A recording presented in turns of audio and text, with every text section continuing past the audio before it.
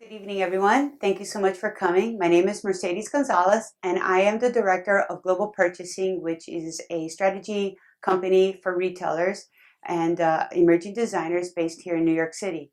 And basically, if I had to tell you what my day job is, we help people come up with a game or a strategy to be profitable. And that's really the principles of our offices have become the three P's: profit, people, and planet. And I feel like if you have those three things under your belt, you can have a very successful business. We're going to talk today a little bit about e-tailing and brick and mortar, but because there's so many of you in the audience that are actually designers that wanted to open up your own stores, I'm going to do a little bit of focus of that too.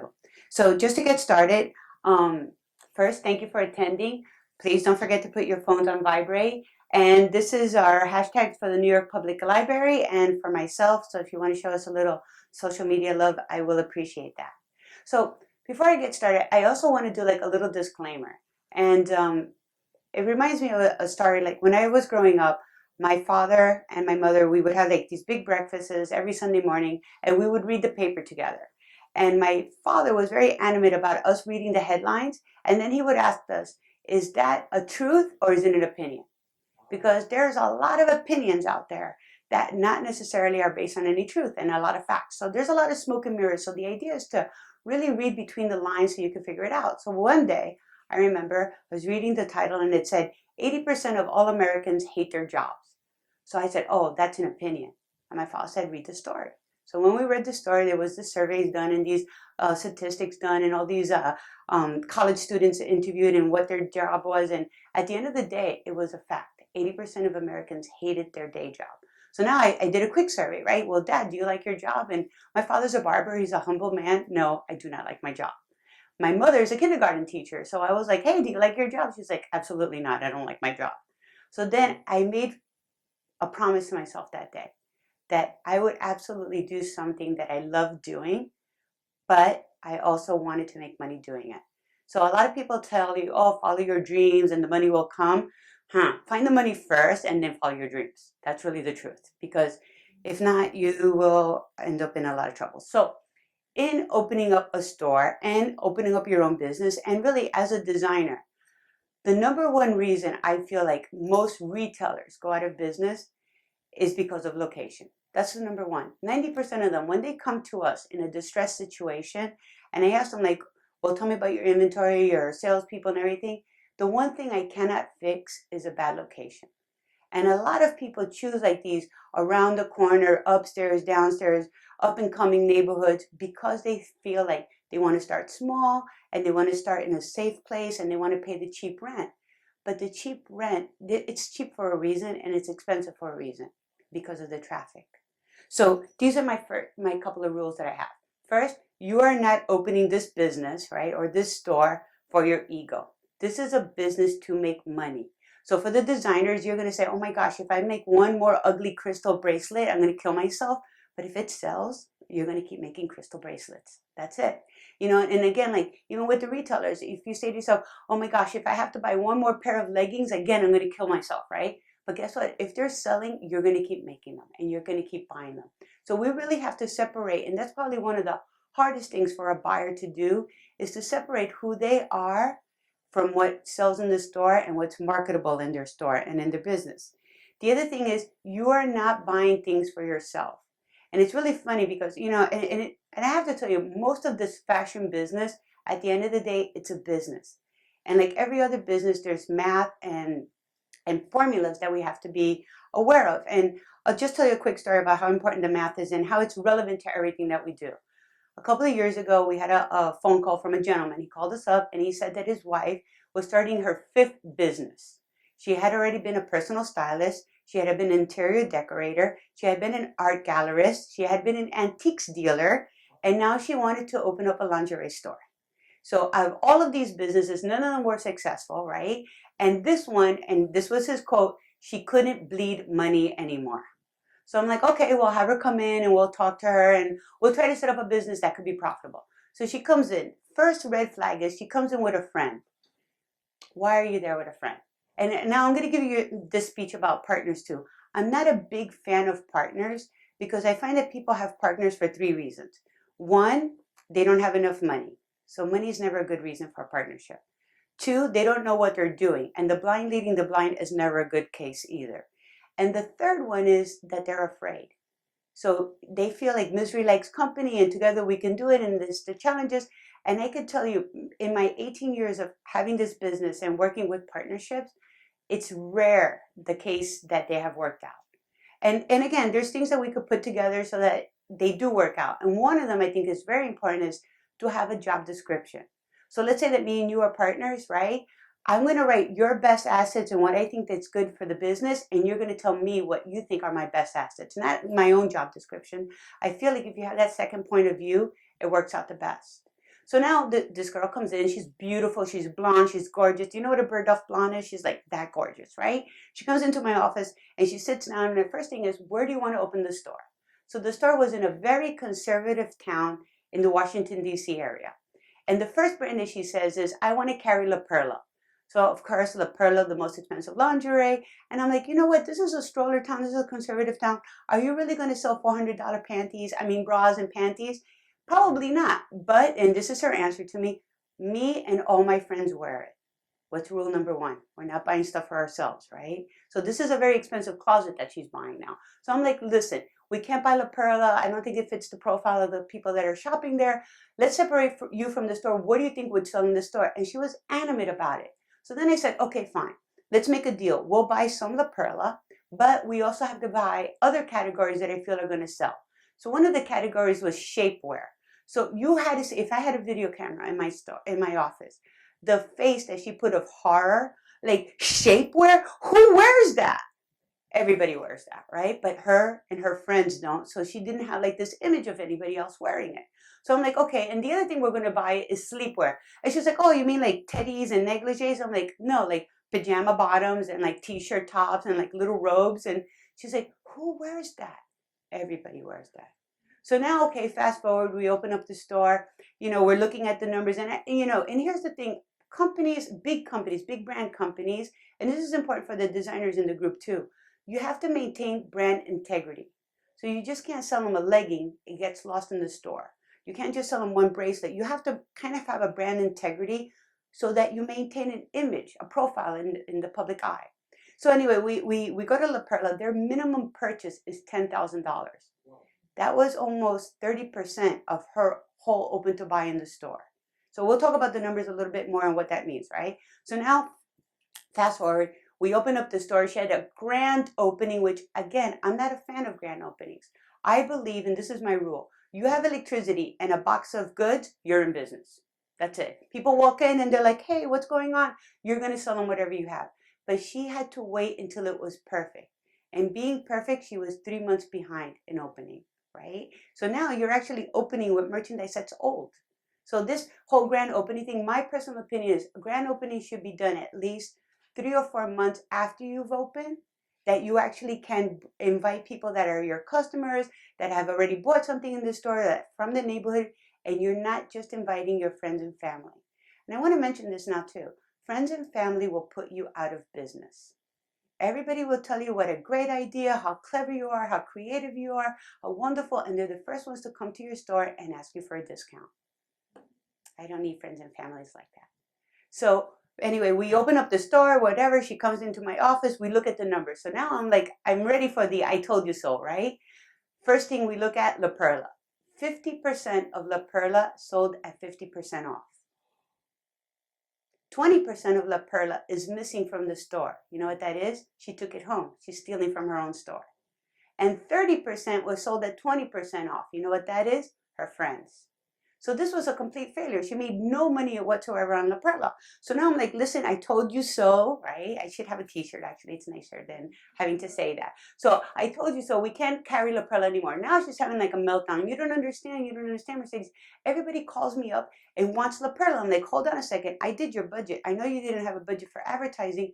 So why are they calling you and asking you for this product? And she goes, well, and this is very common with very big brands. They will advertise in like magazines like in Vogue and Glamour magazine, and then on the bottom it says available in these fine stores. Her fine store was listed in this ad, right? So people would call up and say, oh, that tulip bra, like we love it. Do you have it in the shop? Yes, we do. They would come in, look at the price, and buy something else. So in the industry, that's called a loss leader. Like we know we're not making money on it, but it brings people in to buy other things. So even as a retailer, now I don't necessarily recommend that. I'm more from the school of thought that everything in your store has to make money for you. But I do understand that sometimes by having this brand that maybe I don't make a lot of money on, it makes everything else in my store look legitimate. And then I could do private label and I could have margin builders, all things that I can make more money on based on the square footage of this product. And so going forward, instead of using La Perla from our open to buy budget, we actually used it in advertising. Because advertising, then we could take it from there, and we were going to give away $5,000 a month anyway on advertising. We might as well put it into product that would give some prestige to the store. So these are the things that we have to really analyze. Ego over product, over profit, over numbers, because at the end of the day, that's what it comes down to, is number.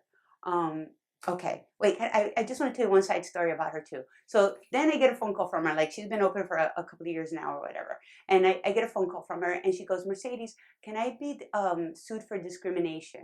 I'm like, what, how is this even like a question? Like, what are you doing, right? And she said, well, this guy called and he wants to come in after hours and try on some stuff, some lady stuff. And what should I do? And I'm like, okay, this is what you do. You tell him yes. You tell him to come in and with your friend, her pal that she's always with, make sure that she's there in the store. And this is what you tell them. You're allowed to try on anything you want, but you have to stay inside the dressing room because this is what separates like the fetish from the perverts, right? We're not trained to know if it fits you. You have to stay in the dressing room. Anyway, fast forward. Now they have a group of friends from their Facebook page and they come like twice a year and they have a parties where she has cosmos and cupcakes and it's a $20,000 night and they buy La Perla at full price. So we don't judge, right? We're here to service people. So, okay, from day one, I want you to think about the big picture.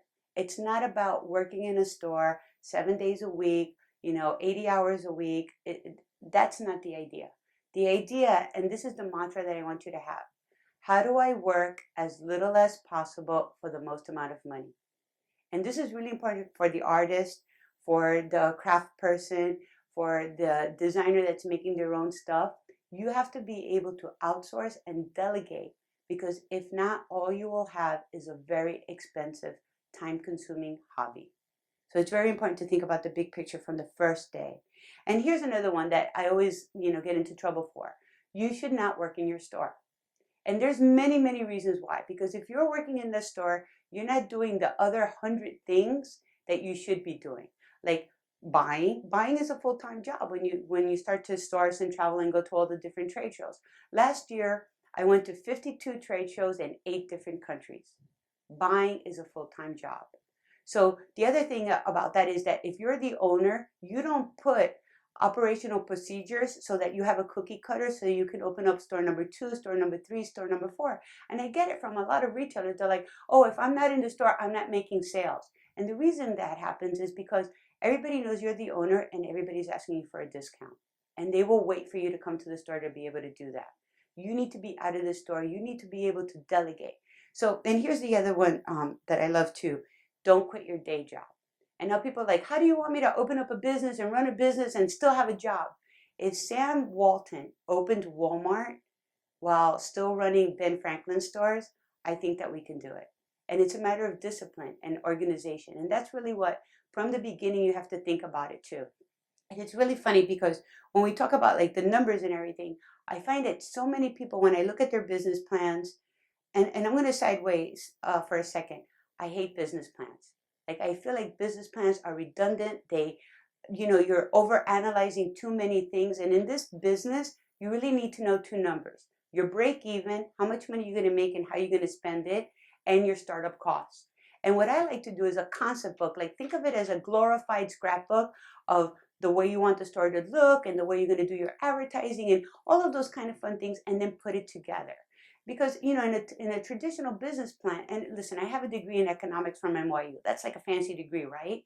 And I'm telling you, in this business, you cannot project 5-year sales. You can't. I can't even tell you what's going to sell for Mother's Day, and that's in May. So it's more real time, it's more hands-on, and it's more, and this is kind of odd, but it's more of a gut feeling too. And this is why if you're in the store all day saying, can I help you? You're not analyzing your numbers and looking for new resources and negotiating and doing all the other things that you have to do. So again, in school, they tell us, know your demographics, right? So they really press that, really important. Know how old she is, how much money she makes, how many kids she has. But to tell you the truth, none of that really tells you why. I can tell you a million different graphics. I'll tell you the demographics of Brooklyn, right? In Williamsburg, everybody owns $1 million apartment. They have 2 kids. They go to private school. They have maybe a share in the Hamptons. But that person is not shopping at a fancy boutique. That person is shopping at Target and Costco because they are completely maxed out. So the idea is not knowing so much the demographics, but the psychographics and what's important to them. So we talk about value systems. So for example, during this last economic hiccup, right? Everybody was terrified they were going to lose their jobs. They were losing their jobs. The economy was crashing. Everything was a hot mess, right? But designer shoes that are qualified as $800 or more, never lost any sales. So that person gave up taxis, gave up drinks on the weekends, gave up a movie, gave up lunches, but she wasn't giving up her shoes. That was her value system. So understanding where they're willing to spend the money and what's important to them. Is it a classic good jacket that they can wear the whole winter, or a great pair of shoes, or a status bag, and then they dress in H&M the rest of the year, right? You have to really figure out what's important to that customer and be able to market it. And then the other thing is the shopping routine too. Too many times I hear this story, there's no stores like mine in the neighborhood. And my answer to that, there's a reason for it. And again, like when we look at these up and coming neighborhoods, look at Hoboken, New Jersey, and we're talking just like in the tri-state area, right? Because we're all familiar with it. Hoboken, New Jersey, Jersey City, Williamsburg, all of these up and coming neighborhoods with wonderful demographics, the boutique business just isn't strong there. And that's because all of these people were expat New Yorkers, right? Manhattanites, and they still rather shop where they work. And the grass always tends to be greener in the other side too. Like people, and even like if we talk about international, right? Some of the stores that we work with in the Caribbean, their competition is not the store in the island with them. Their competition is Miami. People will get on an airplane, fly to Miami, go to the Dolphin Mall, make a whole weekend out of it. Like even like Connecticut. Connecticut competition is not necessarily other stores in Connecticut. It's Manhattan. People will go down on the train, spend the whole weekend, go to see a show, go to a restaurant, go shopping, and then go back home. Like they make it an event. So understanding the shopping routines and the patterns of how people shop is very important too. And price resistance. So now I'm going to give you both versions of this for designers and for the retailers. The idea is to understand the pain level that the customer has when making a purchase. So for example, all of us, we go out, right? It's springtime, we want to buy a raincoat, right? We go out to the store, we go pick our favorite store, we look at a raincoat, and we look at the price of that raincoat, right? And the price is $39. All of a sudden your brain says, oh, that's a really good price, or gee, why is it so expensive? But you didn't wake up saying, I'm going to spend $45 on a raincoat today. That's consumer price resistance. So as for the designers, like when designers come to me and they're like, oh, this costs $300. I'm like, what are you nuts? Like, I want to retail it for $300. Well, it's costing me a lot of money because I'm getting the fabrics at Mood. It's not my problem. Nobody cares what it costs you to make. They only care about what they want to pay for it. And that's really important when you're pricing things, like even art, that's so subjective, right? You have to understand what the market is willing to hold. And there's sweet spots. And there are big companies like all the national chains that just have people studying consumer price resistance. So really understanding that is important to your business. Sizing. I can't stress enough how many demographics when it comes to consumer sizes are missing in the marketplace. And my favorite pet peeves are petites and plus sizes. Those are like easy money makers. And I guess because they're not glamorous or whatever the case might be, nobody's really focusing on them. And there's never been a better time to really go after that market as the specialty sizes. And then the last thing is image. And at the end of the day, whether we're selling a product or we have a store, it's the emotion that we feel when we shop there that makes the biggest difference. And I always say, picture this. You know, when you're in Whole Foods and you're buying your organic Fiji apple, right? And you feel kind of good about it, but not the price, right? But you still feel good about it because it's organic and it's so beautifully displayed and everything else. Do you realize that Walmart is the biggest seller of organic produce in the world? But you don't get the same crunchy granola feeling in Walmart than you do at Whole Foods, right? So that's that emotion, that merchandising, that experience, right? That's what you want to create. It's fantasy. We, at the end of the day, we sell fantasy. And that's what's really important. So, location. Location is everything. So, I was talking about when we talk about the stores that come to us that are in a distressed situation, the two biggest common denominators are this: location and ego. Like when we, especially when we have meetings with their staff, and I'm like, hey, what's going on really in the store? They're like, oh my God, she's terrible to work with. She's so mean and she's always angry and she doesn't listen to us. And it's really funny because then when I ask the owner what's going on, she blames the weather, she blames the economy, everything except herself. So it's really important to kind of keep that in check. Um, I like the downtown business districts because they're easy, but all of these, the most important thing is that they have to be shopping traffic. Yes, exactly. Where there's other stores. That's correct. So I'll give you a perfect example. A couple of years ago, and if you read on my website, I have this thing called the Chronicles of a Fashion Buyer. That's me, right? And I don't like to call them blogs because they tend to be too long.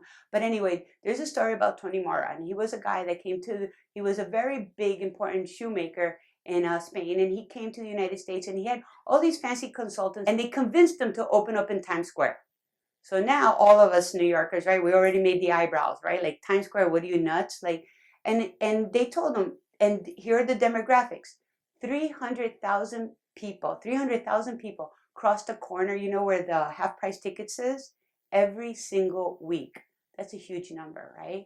The W Hotel, $500 a night. Morgan Stanley is on the other corner. Like this is a huge pocket of money, of people, and of traffic.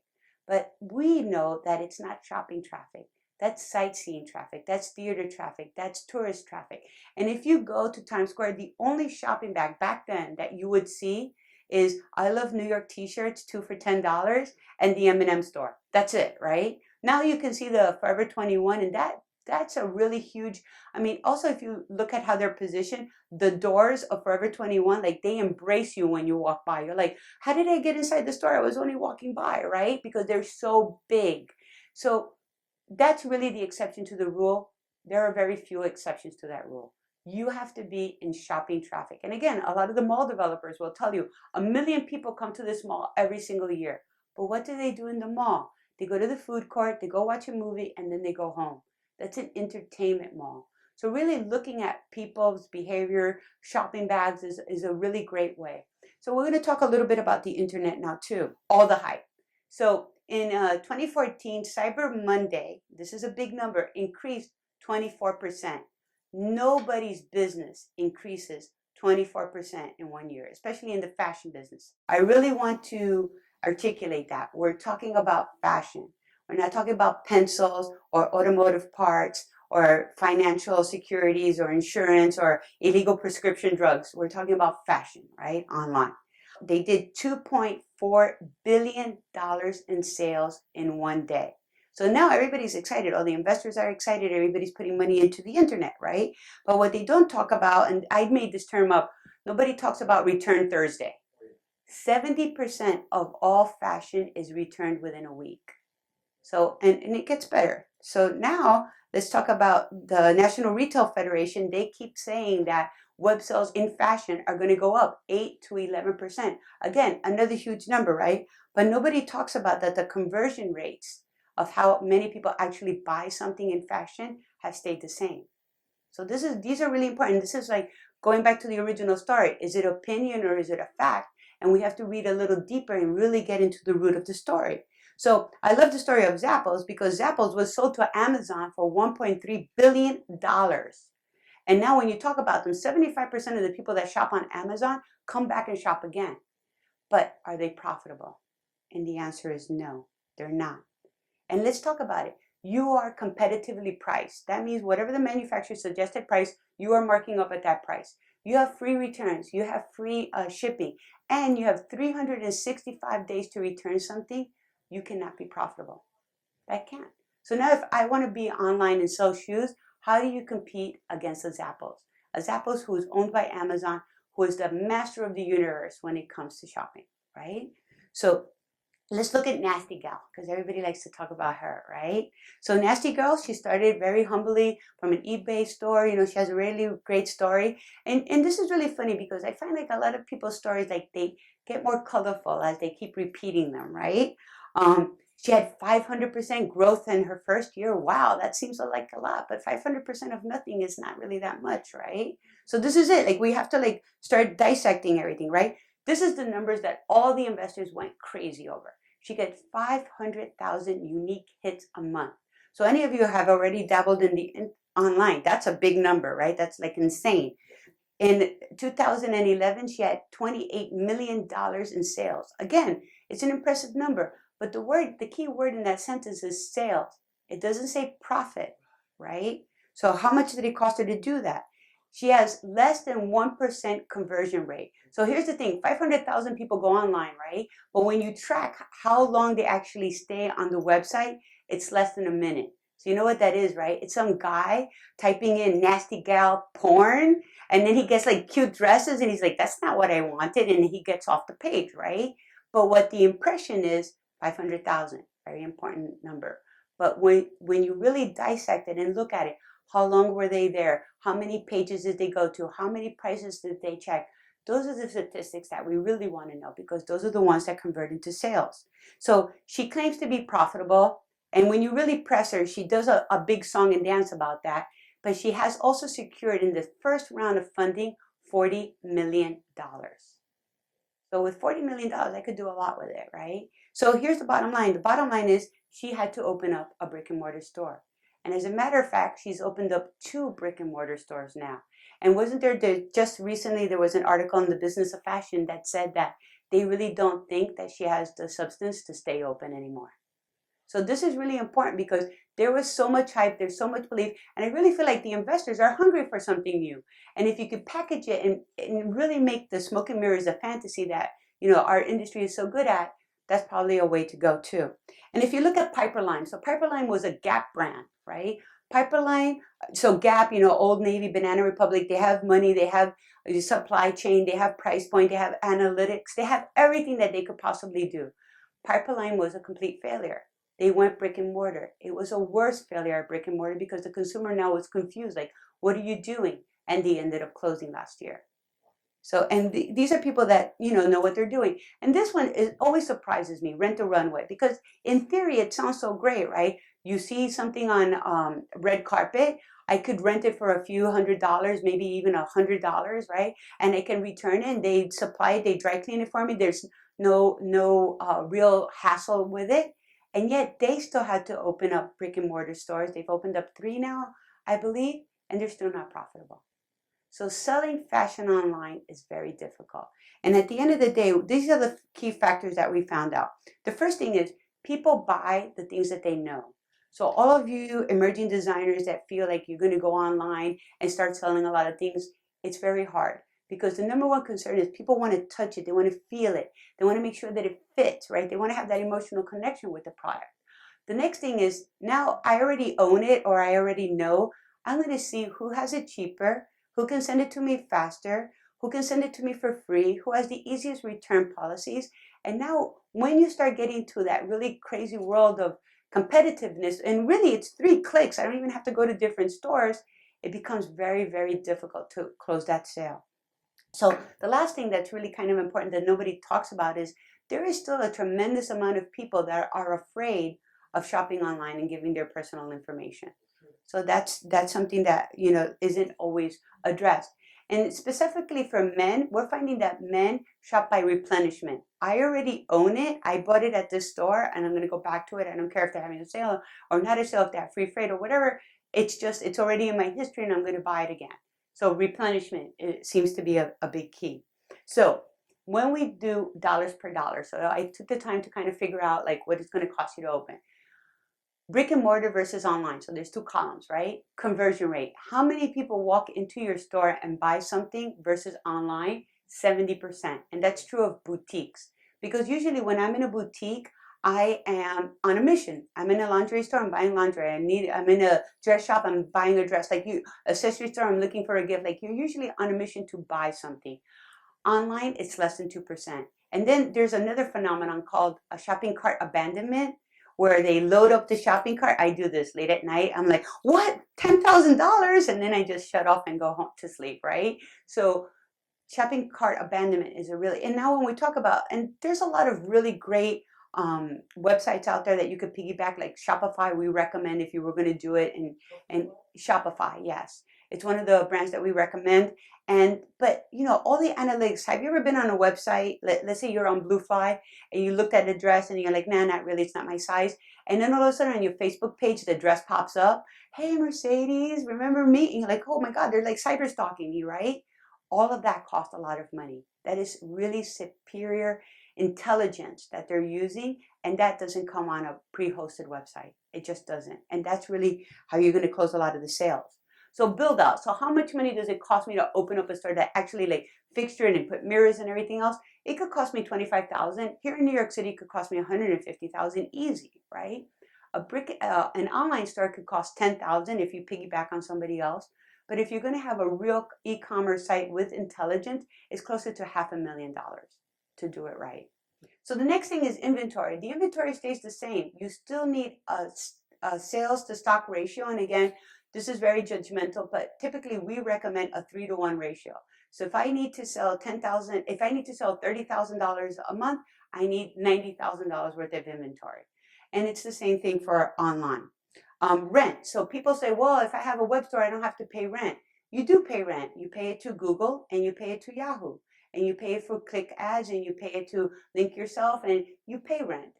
You also have to have a warehouse to keep all of your things in, right? So you have to pay rent. You have to have an office, even if you work from, you know, a little corner in your bedroom, and you still have to pay a web hoster to host your website.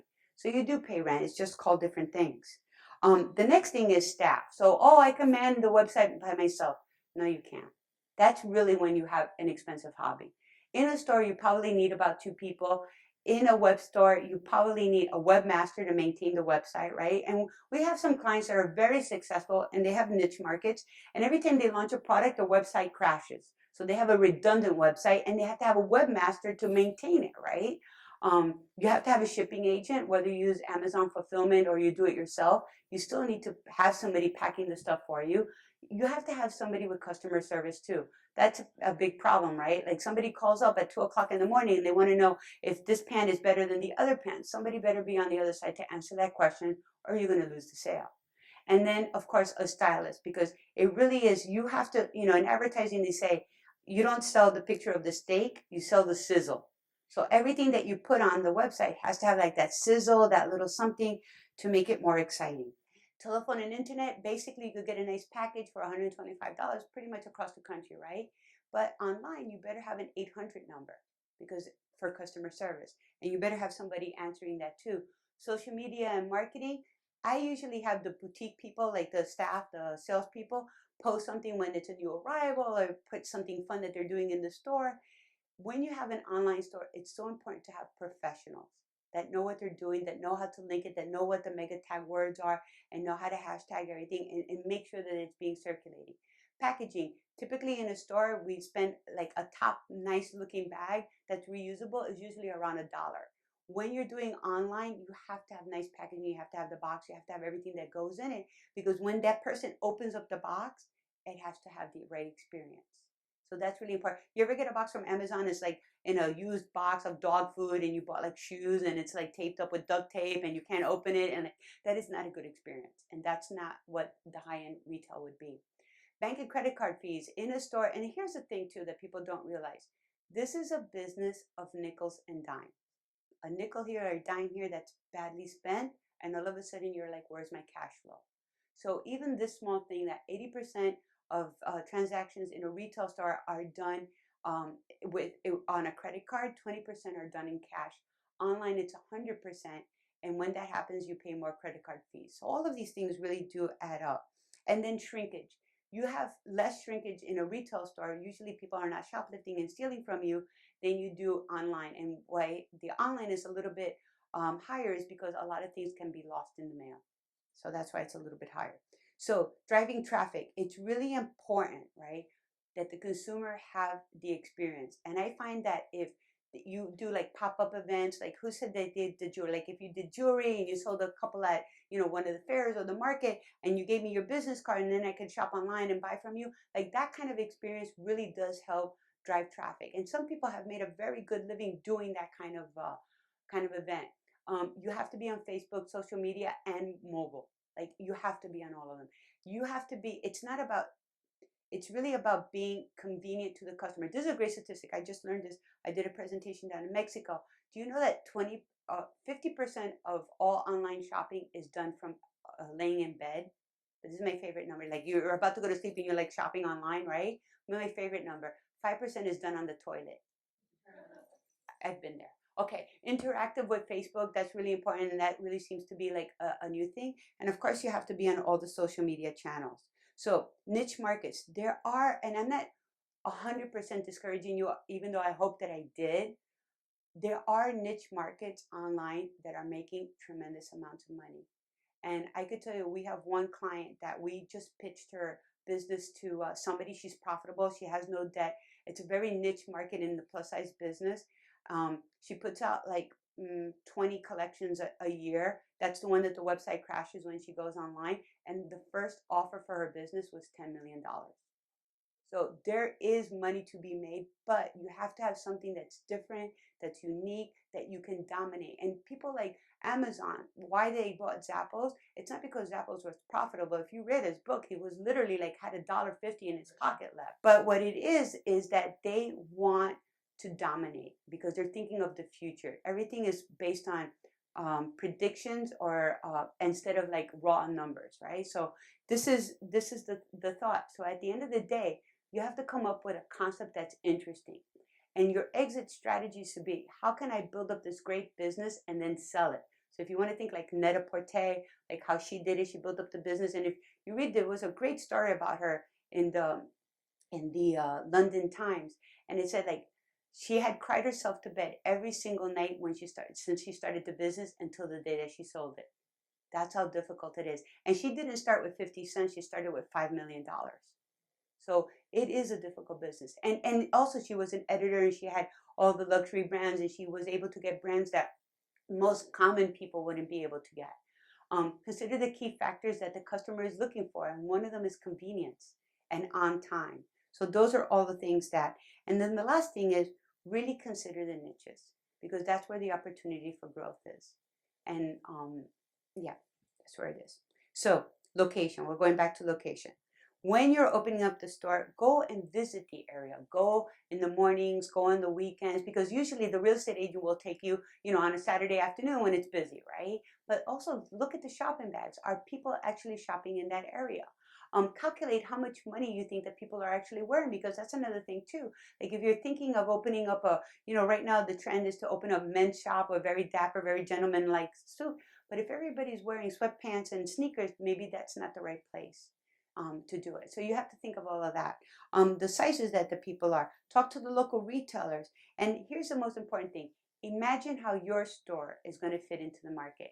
And I feel also that people get like fevers. Like, remember there was a big trend with the cupcake stores? There was one on every corner. Then the yogurt shops, right? Now there's like juice shops on every corner, like natural pressed juices. Like, just because somebody's doing it, it's not necessarily a great idea that you're doing it too. Do you know what I mean? Like, really try to differentiate yourself as far when it comes to product. So math, it's all about math. I think I started the conversation with how important the math is. At the end of the day, it doesn't matter if you're selling peanut butter and jelly sandwiches, art, crystals, fashion dresses, athletic sportswear. What matters is that the math is there and that you could always make a profit. So these are the ones that I put up and I try to emphasize in class. The first one, and I think the one that's the most difficult for people to understand, is markup. Because in school, we're taught that we're supposed to take the price of something and double it, and that's how we're supposed to sell it in the stores, right? That is not the way to make money. You have to, and this is where you have to like really stand away from the product and look at it. Before you even tell me how much something costs, I already in my mind had said, my client is going to pay $300 for this bag. And now I'm going to ask you, how much does it cost? And if you tell me $25, I'm not going to do a happy dance in front of you. I'm going to do it when I go home, but I'm still going to sell it at $300. And or if you tell me, well, it's $300, you better have a really good reason why. And it's really funny because sometimes people will tell me like a really great story, like, oh, you don't understand. This sweater is made on the mountaintops of Nepal by monks with this rare goat that they could only, shed when it's the full moon. And I'm like, wow, that's a great story. Except nobody's going to pay for it. Nobody's going to pay for it. Like all of those stories, all of those charities, all of those benefits that you might have, it's what we call value added, but people won't pay more for it. And one of I think the biggest things that we've noticed in the market is people all say that they want organic products and they want organic clothing and everything else is sustainable and everything else, but people are not willing to pay the 30% more. And there's only one market that they pay more for it, and that's in children's. Like for some reason they feel like kids might eat their clothes or something, and that's important. But anyway, that's the only market that they'll pay for it. So you have to be really careful about that. You have to also understand what the competition is. Because of the internet, a lot of times you'll find stuff that you might have that's more expensive. But are people willing to pay more? And this is a real fact. People are willing to pay more for the shopping experience, especially if it's just a few dollars more. The convenience, absolutely. Because in the US, especially in the US, people are not necessarily money poor, they're time poor. So that time is worth some kind of money. So the other thing that I really encourage you as a retailer is really look at those emerging designers, at those brands that you could have an exclusive at, that you could be the first ones to have in the store. And also look at international brands where they might be able to find it online, but they can't buy it in the US or wherever you might be from. So really, if I didn't emphasize it enough before, buying is a full-time job. You're always seeking these new designers, and you're also mentoring a lot of them too. So this is a quick math problem that I've set up kind of like in your mind to put it all together. Can you make your sales goal? So the first thing we have to do is add up all the expenses in my store. So in my hypothetical store, it's $20,000 a month. That's my overhead. If I divide it by the average price in my store, this happens to be an accessory store, it's $30, then I would have to take the 20,000, divide it by the 30, and that means I need to make 667 sales a month. If I'm open 6 days a week, 8 hours a day, I need to make 28 sales a day or 3.5 sales an hour. So now people say like, well, Mercedes, how many people do I need? Well, if I'm selling wedding dresses and it takes me 5 hours to sell a dress, I need more than 2 people. If I'm selling shoes and it takes me 45 minutes to make a sale, I need more than 2 people. But basically, we can kind of do it based on these kinds of numbers and figuring it out. And the next thing is conversion rate. So if only half the people buy something in my store, I actually need 56 people a day to shop in my store. So I personally, if I sat down with you and did the numbers with you, I like to do everything in worst case scenario like drama queen, because I feel like if we can make $1 profit at the end of the day, then you're going to be okay, right? But the real way of doing it is that we don't do it by average price point. We do it by UPTs, unit per transaction. So in a clothing store, like I would sell them like the top, the bottom, an accessory. An accessory store, I might sell them the bag and the matching necklace, or you try to sell them more than one item, right? If more than half the people that come in your store, and I mentioned that before, it's closer to 70%. And this is a really interesting number because in a national chain, it's less than 20%. Because when you walk into Gap or Banana Republic or any of those stores, you're like sightseeing, like what's on sale, what's new, what's going on, but you're not really like shopping. You're not in that mode. So that's why the conversion rate is a lot less. And the other thing is, so this is the break even. So this is what really I feel like a lot of stores don't do. And when I look at some of their business plans, the owner's not getting a salary and they're working 7 days a week. That doesn't make any sense. And then people will say to me, well, Mercedes, in the beginning, I can't afford to have employees. Then you can't afford to be in business. It's not an option. You can't say, I'm going to open up my store with no electricity, right? That's not an option. You have to think of staff and employees as the same way. And even if you have to save a little bit more money and spend a little bit more time analyzing and really working it out, then do it. Take the time to do it. But the idea is that we do a sales per square foot, an average, right? We come up with a number based on your location. If you were to do it on your own, I would suggest doing $350 a square foot of usable space, because not every space in your store, you can't sell from the register, from the dressing rooms, from the stock room. Like, you have to really know what the usable space is, right? Once you figure out the usable spaces, then you're going to figure out what your margins is. Like, we usually work minimum to 2.2%. I'm going to teach the class, okay? 2.2%. So really, in reality, I want you to go for a higher number, like a 2.5 or higher than that. That I think is really important. Then we're going to do our salaries, our employees, the owner's compensation, right? The rent of the store. We're going to go all the way down to the bottom. And once we figure out, and this is another thing, like, people never put on their business plans markdown. You're not selling everything that you buy at full price. That's for sure. So there has to be a number for that too. So once we figure that all out, then the other number that we like to do, and we try to be as realistic and really put the things that you weren't thinking about, is your startup cost. And I like to do it, I do it in 3 ways, because sometimes if I give a big number, they're like, oh my God, I can't, that's so intangible. But if you break it down, like before the store opens, like going to a trade show, buying a book, taking a class, break it down a little bit, opening up my corporation, and then for the store opening, how much money I actually need for my inventory, for my displays, for things of that nature, to run the store for the first couple of months. And here's a big shocker. I'm sure you have all heard it. It's okay, or expect to lose money for 3 years. Who came up with that? That is the most ridiculous thing. Like, I want to open my doors and make money. That is the goal. So really, what we have found in our experience, that once you're fully inventoried, because that's a big factor, right? Once you're fully inventoried and in season, the store should start breaking even, meaning that you're bleeding money from your pocket, should stop after 3 months. And at the first year, you should be able to make a small profit. And after 3 years, you should be able to pay back your capital investment. And after you pay back your capital investment, the money that it took you to open up the store, then you open up your second store. And then those 2 stores pulling the money together, you should be able to open your third store. And I'm always comfortable with 3, because I feel like I could open them up where they're close enough to each other that they don't cannibalize their business, but I can go visit them in one day. So that's just that. So you want to think of everything: your opening inventory, your money for the first month, your cost of operations. Eventually, you'll do a grand opening. See, I put it all the way at the end there. And really have a realistic number, so that you have a goal to set and a budget to stick to. I'm going to tell you how to be a buyer in 5 minutes. In the beginning, I feel like the best place to go to market, to buy wholesale, is at the trade shows. There is a wonderful website called WeConnectFashion.com. I'll repeat that again, WeConnectFashion.com, that lists all the trade shows nationally and internationally. And what I do is I look at the product categories that they're selling, and I'll visit them. I think that the number one mistake a lot of new buyers do is that they walk into a booth and they say, "What's your minimum?"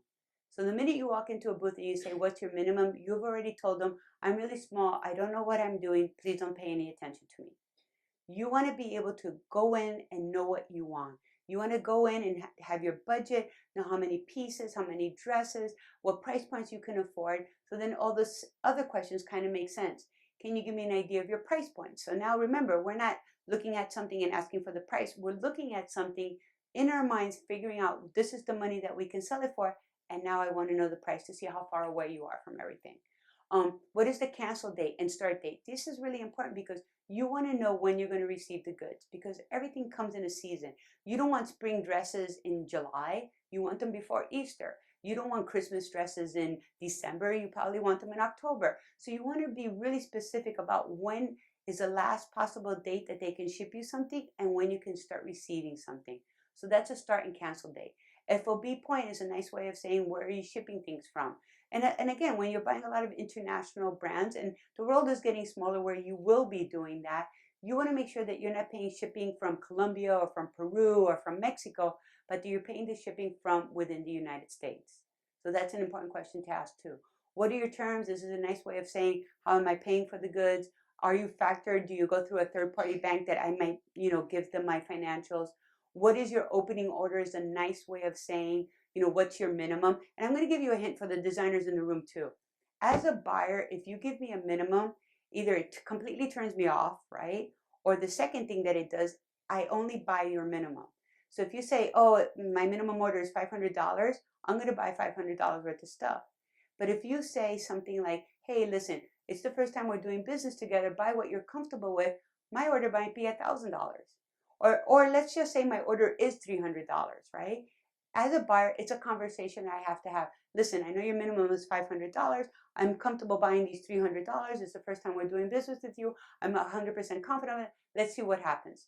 And I would say that 99% of the time, the vendor will agree. Like, okay, let's give it a shot. But now, if the minimum is, whatever it is, and you're buying one item, then you're not doing yourself any favors either. Like, you really have to be able to group and merchandise the things that has that brand representation. What is your size run and how do they compact? Things either compact in pre-packs or open scale. And sizes, sometimes they run 2 to 12 or small, medium, and large, or 20 to 30. Like, you need to know the sizes that it comes in so that you can figure out what sizes you need for your store. So and then this is just one little thing. Like, literally, we could teach a whole day class on negotiations. But at the end of the day, you have to ask for discounts.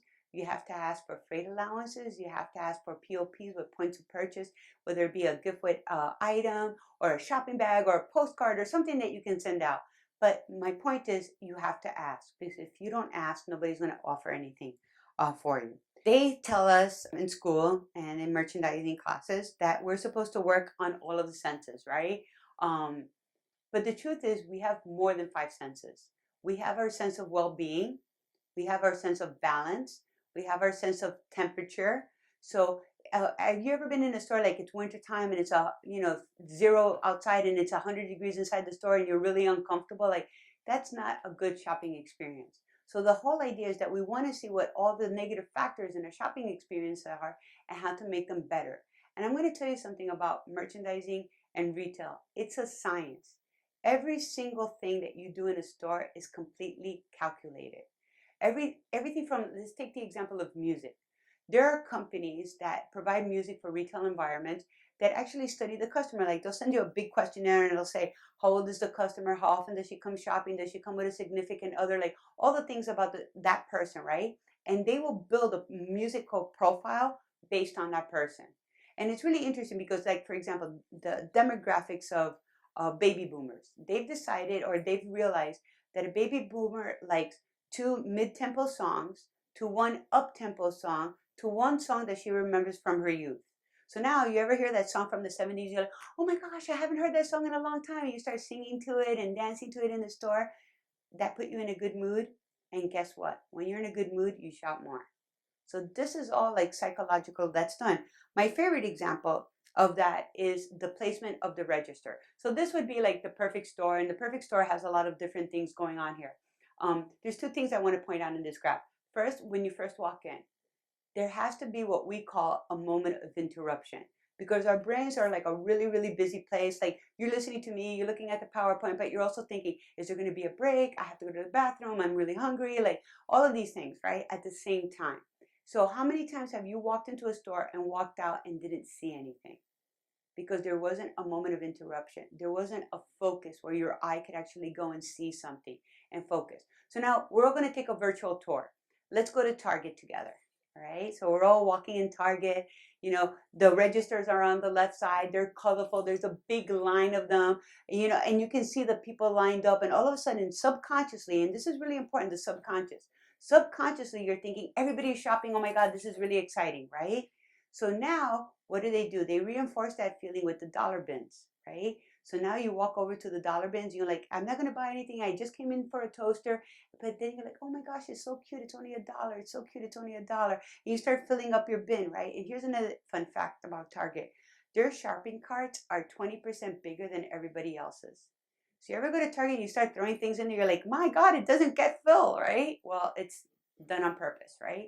So now you've completely convinced yourself, everybody's shopping, everything is cheap and cute, I need to get to work, right?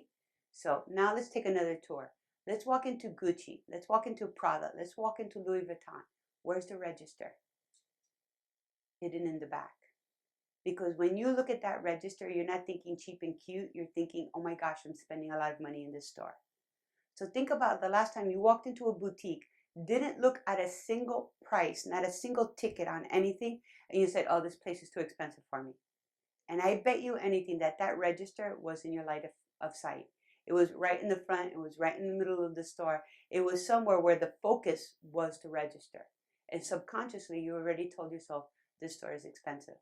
So all of these things, like looking at the dead zones, looking how people shop in the store, looking at the traffic flows, all of these things are really important when you're laying out the store.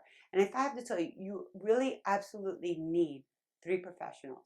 You need to have a retail accountant that does retail accounting, that only does retail stores, not the guy from H&R Block that's been doing your taxes for 50 years. Like, you need somebody that knows the insurance costs and liabilities and all that kind of stuff. You also need to have a leasing lawyer. Again, can't be the lawyer that did your divorce and you got a nice settlement. It has to be somebody that knows scaffolding clauses and, term renewals and all kinds of things, right? And the last person that you really should hire is a floor planner. And a floor planner is not the one that tells you how to dress the mannequin, but they're the ones that are going to tell you this is the place the mannequin should be. This is a focus point. This is a selling point. This is where it belongs. So these three professionals are kind of important. And the nice thing is that they're all pretty much freelancing. You can hire out. So one of the things too that I think is really important, and I get this all the time with employees. Mercedes, where do I find people that I can trust? And here's my answer. You don't trust them. Because if you don't trust anybody, you live in a constant state of paranoia, you will put into place a system of checks and balances where everything checks and balances. And there's not just one person. And I'm going to tell you something else too. I hate managers. Sorry if there's any managers here in the room, but I don't understand what a manager does when you're managing three people. Basically, you're a babysitter. That means that you hired two other people that are not very good, and you kind of like just paying the minimum wage to have a body in the store. That is not the right way of running a business. This is a real good investment in your brand, in your business, in your growth. Because the people that start with you today on the floor are the managers when you have three stores, are the visual, are the assistant buyers, are, all of these other things that you're going to hire and have. And it's so great to have them from within. So the first thing is you have to know what you want. Because I promise you, what they think they should be doing and what you think they should be doing are always going to be two different things. Like, this is the first time in my life, honestly, that since I'm like 22 years old, I don't own my own store. And my last store got washed away with Hurricane Irene. Do you remember upstate New York? I remember that. Well, anyway, we had a nice person that worked in the store, but if it wasn't written on the board, she didn't do it. Like, she was very task oriented, and it's fine. As a manager, as the owner, it's important to know the weaknesses and the strength of each employee and work with them, right? But we had a running joke in the office. I'm looking at Lynn because she remembers that, right? We had a running joke in the office. We would call her every other Friday and we would tell her, please change the windows in the store, right? And she would huff and puff and hang up and change the window. And the reason why she would huff and puff is because Fridays were busy and she didn't want to be changing the window. 3 years we called her every other Friday. Do you think that one day we were going to get the phone and she was going to say, oh, I changed them last night? No. Do you know why? Because it wasn't written on the to-do board. So you have to really sit down, think about what you want, how you want it done, how you want the phone to be answered, how you want everything to be displayed. These are all really important things. And then that's how you get the cookie cutter and you can open up more stores. The other thing is, you can't just hang a sign in the window and expect the best person to come in. Good people have jobs. That's the bottom line. And my favorite approach of finding a good person for your store is to steal them from another store. I said it. That's it. Poach them. Now, I'm not saying don't poach them from your neighbor. That's not cool. Or from another small boutique. But from a department store. And you know what really makes great people are waiters and waitresses.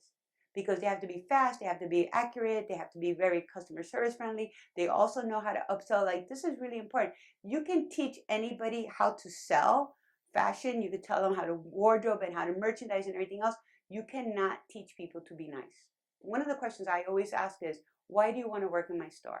And if they say because I need a job, that's not the person you want to have. You want people that are looking for a career, people that are growing. And I also like to ask really weird questions too. One of my favorite questions that has never let me down is, from 1 to 10, how lucky do you think you are? Because anybody that says anything under a 4, I used to say 3, but now 4. Anything under a 4, that is the person that every day has a drama. And you know that person. We all have that friend, right? That dog died, I got sick, I got mono, I have, what is it, Ebola? Like everything in the world happens to them, right? That's not who you want working in the store. That person is contagious, literally, right? And then everybody's always in a bad mood too. You want the optimist. You want the person that's happy, the one that sees that the cup is full, right? Um, the other thing is, it's important for them to know the product, but not necessarily can afford. And I really want to emphasize that for a second. So I have a girlfriend, right? And a few years ago, she wanted to invest in a store. And it was here in the city in Third Avenue, like 77th Street, which is a great neighborhood, right? So right away, I knew that the problem wasn't the location of the store. It had to be something else. So she said that her friend had this handbag store and it wasn't doing really well. And she wanted to help her out and by investing in it or whatever. And what did I think about it? So I went over to visit the store and I went on a Sunday morning. And of course, the store is closed, right? So now there's no sign in the window that tells me operating hours. I'm like, are they even open on a Saturday? I don't know. So I get to the store and I'm waiting around a little bit. And finally, I see the two girls that are coming, right? So the two girls are walking down the street and they're doing like the walk of shame. You know, the walk of shame, right? They've been out the whole night or whatever. And now they're, a little resentful that they had to get to work on a Sunday. Okay, fine. So now I'm their friend. I'm apologizing. Hey, I'm sorry I'm here so early. I'm not early. They're 15 minutes late. But anyway, so I'm really sorry that I'm here so early. But I saw this bag in the window. I went to a restaurant last night. Oh, restaurant did you go to? I was at Cafe Luxembourg. Oh, no kidding. My boyfriend is the bartender there, which is your boyfriend with the long hair. In New York City, you know somebody that knows somebody easy, right? So now we're like friends, right? I'm helping them open the store. Like, those big metal gates, they're still all over the city, right? That takes 3 people, all our strength to like lift them up and they're all clangy and everything. Okay, so we're lifting up the gate. They run into the store, into the back to shut off their alarms. I'm in a dark store with $1,000 bags and an open door. How many bags could I have stolen? I'm really good, so I could have stolen a lot of them, right? So now, okay, fine, because I'm their friend, right? So now we're talking about the neighborhood, how it's changed. I grew uptown, blah, blah, blah. They're from uptown too. Okay, fine. And now finally I'm like, hey, listen, I'm here to like look at the bag that's in the window. Sure, that was another issue. They had to get the step stool from the back. They had to find the key to open up the door of the window. They had to climb into the window. They had to pull out the bag. So this woman's store, she only sold bags, but she sold really one-of-a-kind bags, artisanal bags, evening bags, raver bags, like all kinds of bags, every single price point, right? But this one jeweler that she had making bags for her was a protege of Judith Lieber. And instead of working in crystals, she worked in semi-precious stones. Like it was a gorgeous bag. It was cylinder.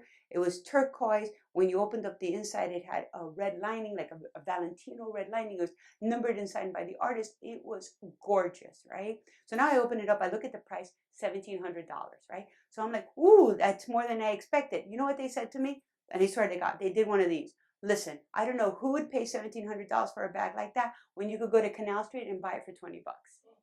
Because they were my friends. They didn't understand the product.